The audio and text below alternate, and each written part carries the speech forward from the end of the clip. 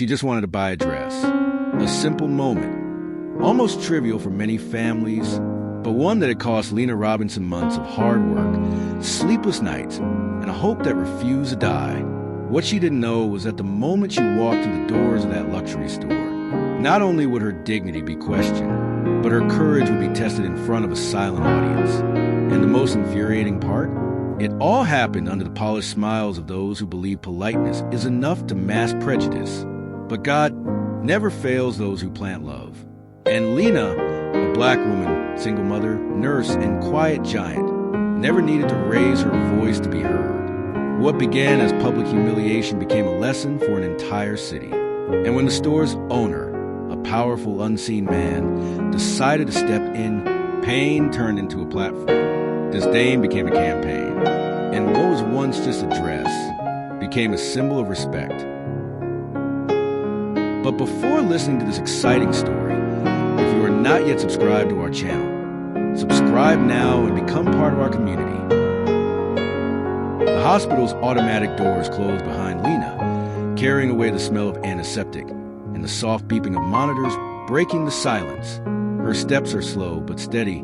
Inside her worn-out backpack, carefully folded between two clean cloths, is the exact amount of money for the dress. Every bill carries a double shift, a sleepless night, a prayer whispered standing, while others were still asleep. The Atlanta morning sun beats down on the concrete, but it's the weight on her shoulders that truly burns. Lena takes a deep breath in front of the store's glowing window display.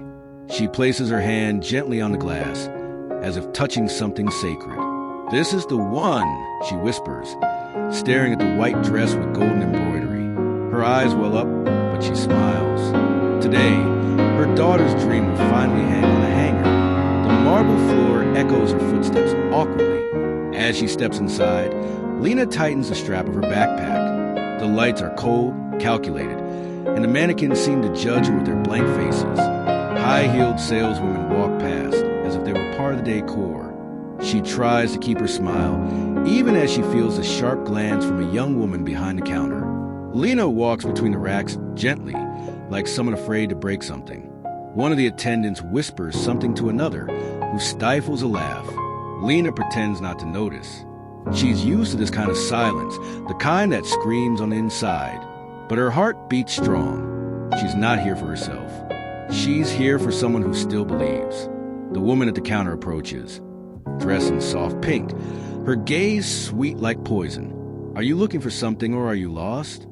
Lena responds with a kind smile, though her face grows more serious. Before she can answer, the reflection of a security guard appears in the mirror behind her. He says nothing, just watches. A step behind her, then another, and another. Lena's breath catches for a second.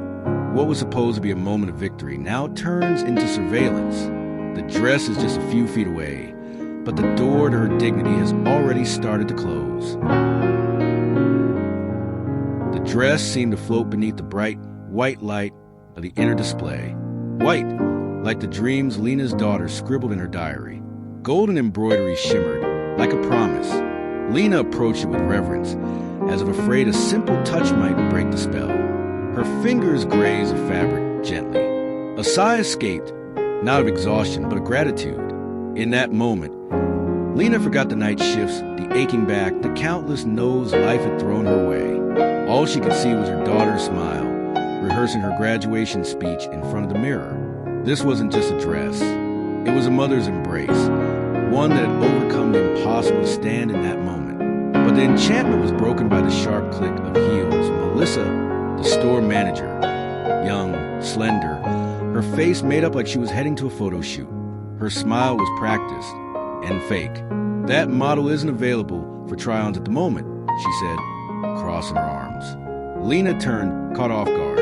"I just want to check the size. It's for my daughter." Melissa looked her up and down like reading a tab that didn't add up. That kind of piece is reserved for special clients. Perhaps you'd like to see something a bit more affordable? Her voice was sweet, but every word carried a sting. Lena swallowed hard. The cross necklace around her neck slid slowly under her blouse, as if it, too, wanted to hide. She tried to stay composed. "I've been saving this money for months. I just wanted to see if it would fit her. Melissa offered a half smile, turning on her heels. Then look with your eyes. And please, don't touch the high-value pieces. The security guard stepped a little closer. Claire, the assistant manager, watched from a distance, uneasy but silent. The store remained quiet, the kind of silence heavier than any scream. Lena clenched her fingers. The dress was still there, but hope had begun to wilt in the palm of her hand.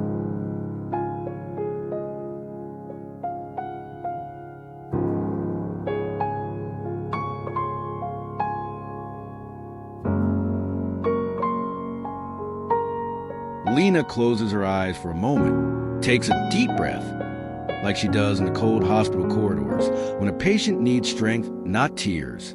In silence, she unzips her backpack. Her trembling fingers search through folded cloths until they find the bundles of bills wrapped in a rubber band. Every dollar counted, note by note, earned through double shifts, cold lunches, and sleepless nights. "I can pay," she says, her voice steady, even as her heart lies in pieces. She offers the money gently, like a sacred offering, a gesture not asking for charity, just for respect. Melissa's laugh slices through the air like a blade. "Cash like that? Honey, this is a boutique, not a thrift store." Some customers look away, embarrassed. Others glance over with pity. But Lena doesn't want pity. She wants fairness. Her gaze doesn't falter. This money has value, and my daughter, she deserves this. Melissa rolls her eyes with a sneer. "Maybe you should try another store, or another town." Claire's silence is deafening. The security guard now stands beside Lena, arms crossed, face stern. Lena clutches the cross around her neck, holding it like an anchor. She knows that if she lets the pain take over, it turns into rage. And she didn't come here to lose what's most precious to her dignity. "Walk her to the exit," Melissa orders, not even looking her in the eye. The guard nods. Slowly, Lena closes her backpack. The dress remains hanging, untouched, a forbidden dream behind an invisible wall. Customers whisper. Two of them pull out their phones and start recording. None of them know the story behind those bills. None of them know the nights Lena held the hand of someone on the edge of death while putting her own life on hold.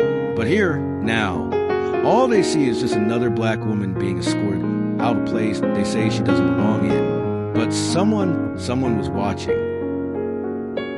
The sound of Melissa's heels echoes through the store like the final act of a cruel performance. Lena takes a step toward the door, but something shifts.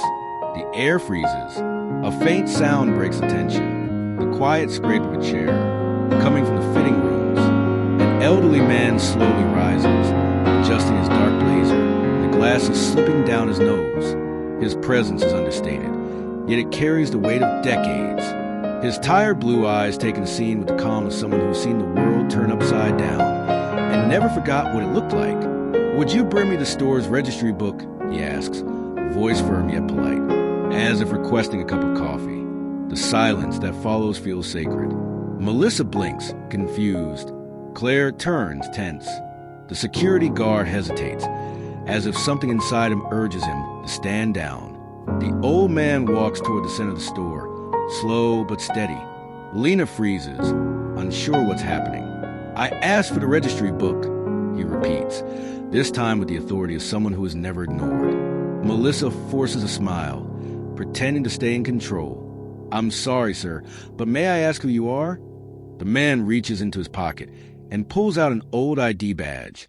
A golden nameplate glints under the store lights, beside the company crest. Walter C. Bennett. He lifts his gaze and points toward the glass storefront. "My name is right there.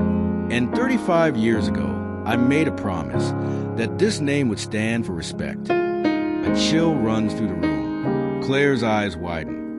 Melissa goes pale. The security guard takes a step back, unsettled. Phones now record openly.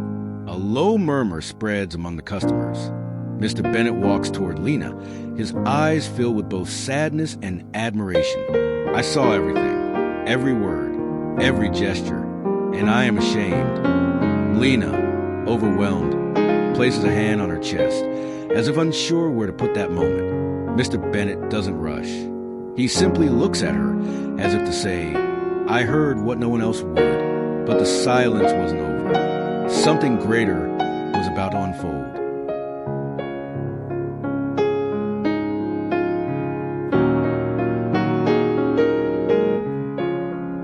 Mr. Bennett looks at Melissa, not raising his voice.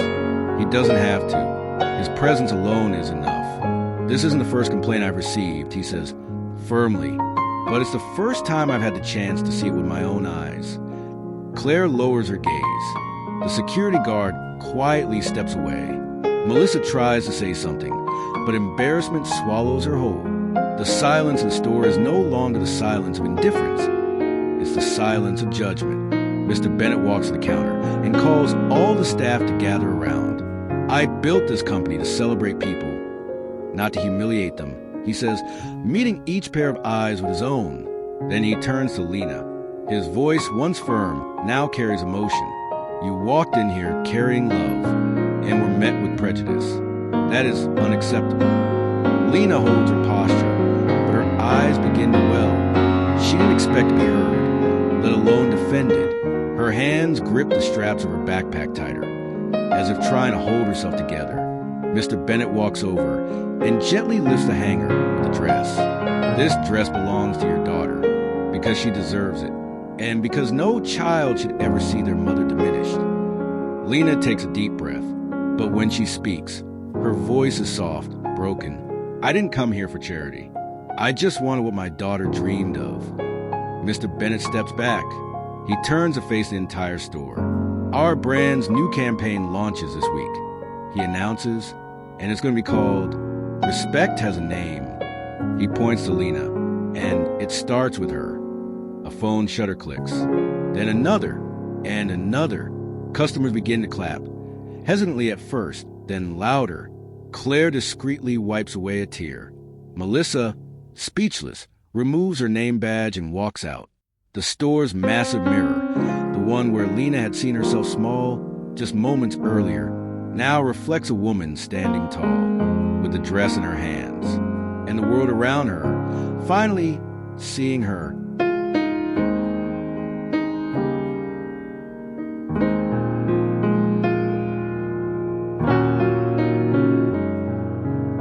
The store door closes softly behind Lena, but the impact echoes deep. The skies over Atlanta, once gray, now hold a rare and quiet snowfall.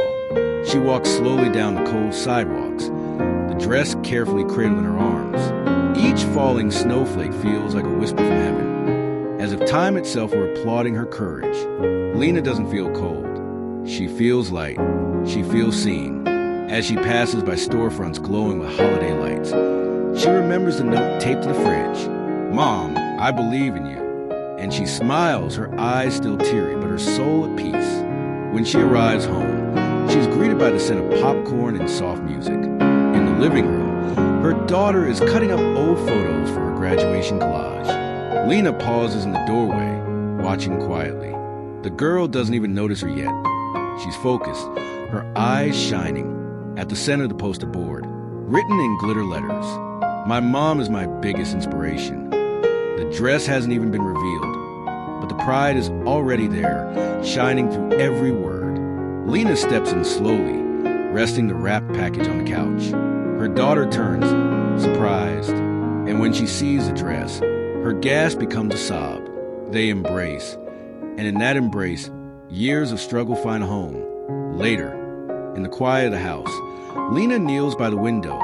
She sets a candle on the ledge and lights it gently. The flame flickers slowly, reflecting the glass like a promise whispered to the sky. The cross around her neck glows faintly. She says nothing, just closes her eyes. Outside, the snow blankets everything in white, as if the world had paused, just for a moment, to honor the greatness of an invisible woman who, that day, became a mirror, a voice, a light. But something new is born in that flame, because the dress was only the beginning, and Lena still has so much to give this world.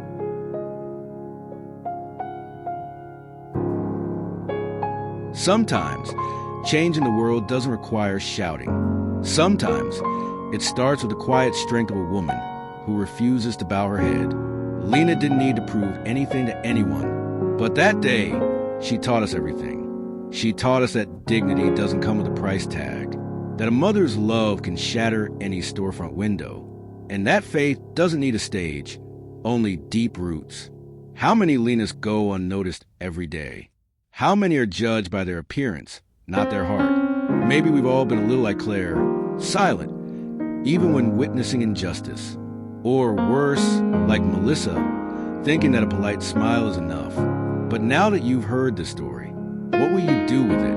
Will you forget it? Or will you remember that respect has a name, a face, a voice? If this story moved you, subscribe to our channel, hit the notification bell, and share it with someone who needs to hear it.